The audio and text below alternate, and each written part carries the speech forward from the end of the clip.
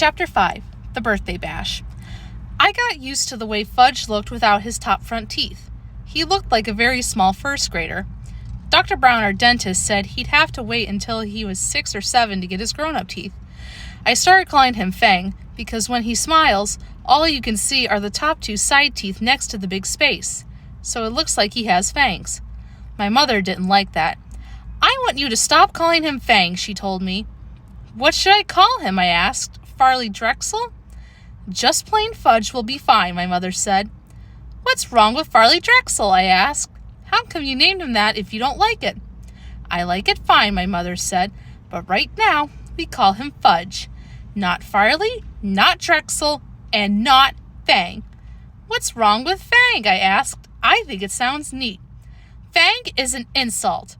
"Oh, come on, Mom. He doesn't even know what a fang is." "But I know, Peter, and I don't like it." Okay. I promised never to call my brother Fang again. But secretly, whenever I look at him, I think it. My brother, Fang Hatcher. Nobody can stop me from thinking. My mind is my own. Fudge is going to be 3 years old. My mother said he should have a birthday party with some of his friends. He plays with 3 other little kids who live in our building. There's Jenny, Ralph, and Sam. My mother invited them to Fudge's party. Grandma said she'd come over to help. My father couldn't make it. He had a Saturday business appointment. I wanted to go to Jimmy Fargo's, but my mother said she needed me to supervise the games. The kids were invited from 1 until 2:30. "That's only an hour and a half," my mother reminded me. "That's not so bad, is it, Peter?" "I don't know yet," I told her. "Ask me later." The kitchen table was set up for the party. The cloth and napkins and paper plates and cups all matched. They had pictures of Superman on them. Right before party time, Grandma tried to change Fudge into his new suit. But he screamed his head off about it. "No suit! No suit! No! My mother tried to reason with him. "It's your birthday, Fudgy. All your friends are coming. You want to look like a big boy, don't you?" While she was talking to him, she managed to get him into his shirt and pants. But he wouldn't let her put on his shoes. He kicked and carried on until my mother and grandmother were both black and blue. Finally, they decided as long as he was in his suit, his feet didn't matter. So he wore his old bedroom slippers. Ralph arrived first. He's really fat, and he isn't even 4 years old. He doesn't say much either. He grunts and grabs a lot, though. Usually his mouth is stuffed full of something. So the first thing Ralph did was wander into the kitchen. He looked around for something to eat, but Grandma was guarding the place. She kept telling him, No, you must wait until the other children come." Jenny arrived next. She was wearing little white gloves and party shoes. She even carried a pocketbook. Besides that, she had on dirty jeans and an old sweater. Her mother apologized for her clothes, but said she couldn't do anything with Jenny lately, especially since she had taken to biting. "What did she bite?" I asked, thinking about furniture or toys or stuff like that. "She bites people," Jenny's mother said, "but you don't have to worry about it unless her teeth go through the skin. Otherwise, it's perfectly safe." I thought, poor old Fudge, he can't even bite back since he hasn't got any top front teeth. I looked at Jenny. She seemed so innocent. It was hard to believe she was a vampire. Sam came last. He carried a big present for Fudge, but he was crying. "It's just a stage he's going through," his mother explained. "Everything scares him, especially birthday parties. But he'll be fine, won't you, Sam?" Sam grabbed onto his mother's leg and screamed, "Take me home! Take me home!" Somehow Sam's mother untangled herself from Sam's grip and left. So at 5 after 1, we were ready to begin. We had an eater, a biter, and a crier. I thought that 2:30 would never come.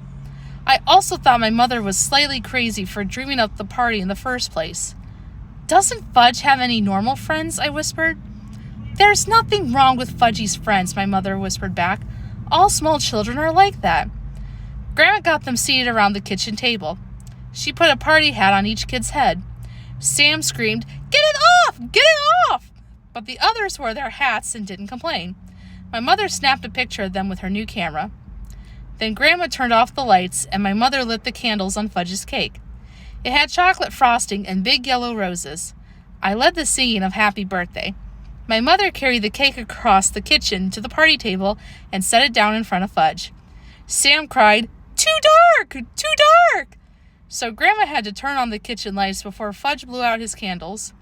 When he was finished blowing, he reached out and grabbed a rose off his cake. He shoved it into his mouth.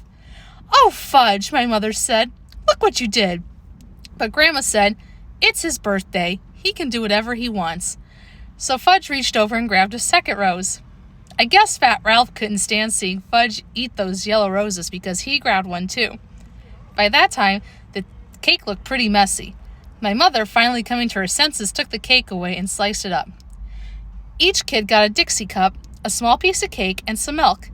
But Jenny hollered, "Where's my rose? Want one too," because her slice of birthday cake didn't happen to have one. My mother explained that the roses were only decorations and that there weren't enough to go around. Jenny seemed to accept that. But when Grandma stood over to help her open her Dixie, Jenny bit her on the hand. "She bit me!" Grandma cried. "Did it break the skin?" my mother asked. "No, I don't think so," Grandma said, checking. "Good, then it's nothing to worry about," my mother told her. Grandma went into the bathroom and put some medicine on it anyway. She wasn't taking any chances. Ralph was the first one to finish his food. "More! More! More!" he sang, holding up his empty plate. "I don't think you should give him any more," I whispered to my mother. "Look how fat he is now." "Oh, Peter, this is a party. Let him eat whatever he wants." "Okay," I said. "Why should I care how fat he gets?" My mother served Ralph a second piece of cake. He threw up right after he finished it. Me and Grandma took the kids into the living room while my mother cleaned up the mess. Grandma told Fudge he could open his presents while his friends watched. Jenny brought him a musical Jack-in-the-Box. When you turn the handle, it plays Pop Goes the Weasel. When you reach the part of the song about Pop, the top opens and a funny clown jumps up. Fudge loved it. He clapped his hands and laughed and laughed. But Sam started to scream, "No! No more! Take it away!" He hid his face in his hands and wouldn't look up until Grandma promised to put the Jack-in-the-Box in another room. Fudge opened Ralph's present next. It was a little wind-up car that ran all over the floor. I kind of liked it myself. So did Ralph, because he grabbed it away from Fudge and said, "Mine!" "No!" Fudge shouted. "Mine!" When my mother heard the racket, she ran in from the kitchen. She explained to Ralph that he had brought the car to Fudge because it was his birthday, but Ralph wouldn't listen. I guess my mother was afraid he might throw up again, and this time on the living room rug. So she begged Fudge to let Ralph play with the car for a few minutes. But Ralph kept screaming that it was his car, so Fudge started to cry. Finally, my mother took the car away and said, "Let's see what Sam brought you." Fudge liked that idea. He forgot about the little car as he ripped the paper and ribbon off Sam's package. It turned out to be a big picture dictionary, the same kind the Yarbys brought me a couple months ago. Fudge got mad when he saw it. "No!" he yelled. "No more book!" He threw it across the room. "Fudge, that's terrible," my mother said. "You mustn't do that to the nice book." "No book," Fudge said. Sam cried. "He doesn't like it. He doesn't like my present. I want to go home. I want to go home." Grandma tried to comfort Sam while my mother picked up the book. She gathered the wrapping paper and ribbons and cards together. Fudge didn't even look at any of the birthday cards. Oh well, he can't read, so I guess it doesn't make any difference. "Peter," my mother said, "let's start the games. Now, quick." I checked the time. I hoped the party was almost over. But no, it was only 1:30, still an hour to go. I went into my room where I had blown up a lot of balloons. My mother had the party book, and it says 3-year-olds like to dance around with balloons. When I got back to the living room, Mom started the record player, and I handed each kid a balloon. But they just stood there looking at me. I thought, either the guy who wrote that party book is crazy, or I am. "Show them how, Peter," my mother said. "Take a balloon and demonstrate." I felt like one of the world's great living fools dancing around with a balloon. But it worked. As soon as the kids saw me doing it, they started dancing too. And the more they danced, the more they liked it, until Jenny's balloon popped. That nearly scared Sam right out of his mind. He started yelling and crying. Fortunately, I had blown up 2 dozen balloons. I was hoping they'd dance around the rest of the afternoon. Fudge got the idea of jumping up and down on the furniture. The others liked that too. So instead of dancing with their balloons, that's what they did. And soon they were running from room to room, yelling and laughing and having a great time. Then the doorbell rang. It was Mrs. Rudder. She lives in the apartment right under us. She wanted to know what was going on. She said it sounded like her ceiling was about to crash in on her any second. My mother explained that Fudge was having a little birthday party, and wouldn't she like to stay for a piece of cake? Sometimes my mother is really clever. So Grandma entertained Mrs. Rudder in the kitchen while Fudge and his buddies jumped up and down on his bed. It was delivered this morning. Fudge hasn't even slept in it yet. So naturally, when my mother found out what they were up to, she was mad. "Stop it right now," she said. "New bed! Big boy," Fudge told her. Was he proud? "You won't have a new big boy bed for long if you don't stop jumping on it," my mother told him. "I know. Let's all sit down on the floor and hear a nice story." My mother selected a picture book from Fudge's bookshelf. "I heard that one," Jenny said when she saw the cover. "All right." Sorry about the traffic noise. "All right," my mother told her. "Let's hear this one." She held up another book. "I heard that one too," Jenny said. I think my mother was starting to lose her patience, but she chose a third book and said, "We'll all enjoy this one, even if we know it by heart. And if we do know it by heart, well, we can say it together." That's just what Jenny did. And when my mother skipped a page by mistake, Jenny was right there to remind her. If you ask me, my mother felt like biting Jenny by that time. When the story was over, it was 2 o'clock, and Ralph was sound asleep on the floor. My mother told me to put him up on Fudge's new bed, while she took the rest of the children back to the living room. I tried and tried, but I couldn't lift Ralph. He must weigh a ton. So I left him sleeping on Fudge's floor and closed the door so he wouldn't hear any noise. On my way back to the living room, I wished the others would fall asleep too. "Peter," my mother suggested, "why don't you show them Dribble?" "Mom, Dribble's my pet. You don't go around using a pet to entertain a bunch of little kids." Didn't my mother know that? "Please, Peter," my mother said. "We've still got half an hour left, and I don't know what to do with them anymore." "Dribble!" Fudge hollered. "Dribble! Dribble! Dribble!" I guess Sam and Jenny liked the way that sounded because they started to shout, "Dribble! Dribble! Dribble!" even though they didn't know what they were talking about. "Oh, all right," I said. "I'll show you Dribble, but you've got to promise to be very quiet. You mustn't make a sound. You might scare him, okay?" They all said, "Okay." My mother went into the kitchen to chat with Grandma and Mrs. Rudder. I went into my room and came back carrying Dribble in his bowl. I put my finger over my lips to remind Fudge and his friends to be quiet. It worked. At first, nobody said a word. I put Dribble down on a table. Fudge and Sam and Jenny stood over his bowl. "Oh, turtle," Jenny said. "Yes, Dribble's a turtle." "My turtle," I said in a soft voice. "See, see," Fudge whispered. "They can all see," I told Fudge. "Nice turtle," Sam said. I wonder why he wasn't afraid this time. "What does Dribble do?" Jenny asked. "Do? He doesn't do anything special," I said. "He's a turtle.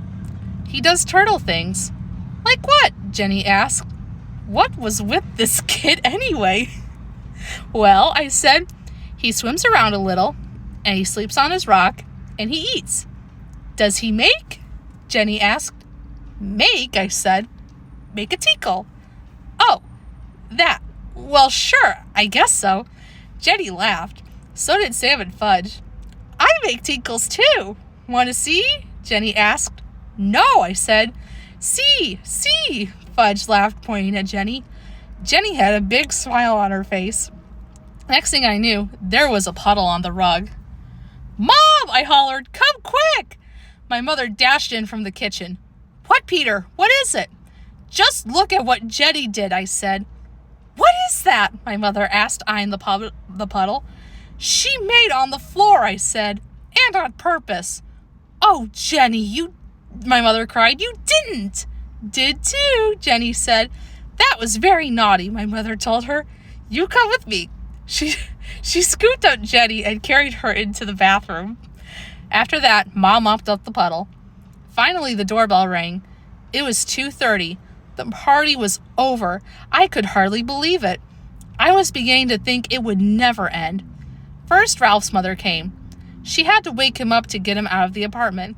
I guess even she couldn't carry him. Next, Jenny's mother came. Mom gave her Jenny's wet pants and a baggie. That was all she had to do. Jenny's mother was plenty embarrassed. Sam's mother came last, but he didn't want to go home. Now that he was used to us, I guess he liked us. He cried, "More party! More!" Another time, his mother said, dragging him out of our apartment by the arm. My mother flopped down in a chair. Grandma brought her 2 aspirins and a glass of water. "Here, dear," she said. "Maybe these will help." My mother swallowed the pills. She held her head. 3 is kind of young for a party, I told my mother. "Peter Warren Hatcher," my mother began. "Yes?" I asked. "You are absolutely right." I flopped down next to my mother. She put her arm around me. Then we both watched Fudge work his new Jack-in-the-Box. Later, when my father came home, he said, "How did Fudge's party go?" My mother and I looked at each other, and we laughed. Well, I thought that was a very funny chapter. Stay tuned for chapter 6. I can't wait to read it.